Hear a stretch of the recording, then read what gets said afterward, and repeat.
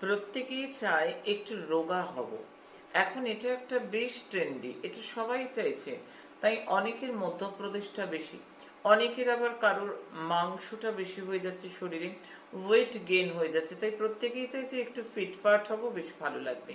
অবশ্যই শরীরের ওজন যদি কম থাকে, তাহলে বড় বড় ভারী রোগ হওয়া, হার্টের প্রবলেম হওয়া, হাঁটুর সমস্যা হওয়া, সেই জায়গাটা থেকে অনেকটা নিরাপদ। সেই জায়গাটা থেকে ওজন একটা নিয়ন্ত্রিত থাকা মানে মানুষটা অনেকটা সেফ জোনে আছে।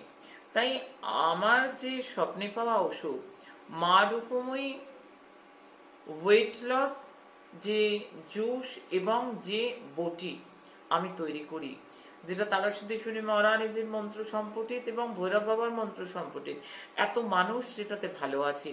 এবং শুধু তাই নয়, 45 ডেজের মধ্যে একটা মিরাক্কেল চেঞ্জ কিন্তু মানুষ দেখছে, তার ওয়েট অনেকটাই লস হচ্ছে এবং ভালো আছে। আমি এটা কোনোভাবেই বিক্রি করি না, কারণ আমার স্বপ্নে পাওয়া যে দৈব ওষুধ, দৈব চিকিৎসাটা বিক্রির জন্য নয়।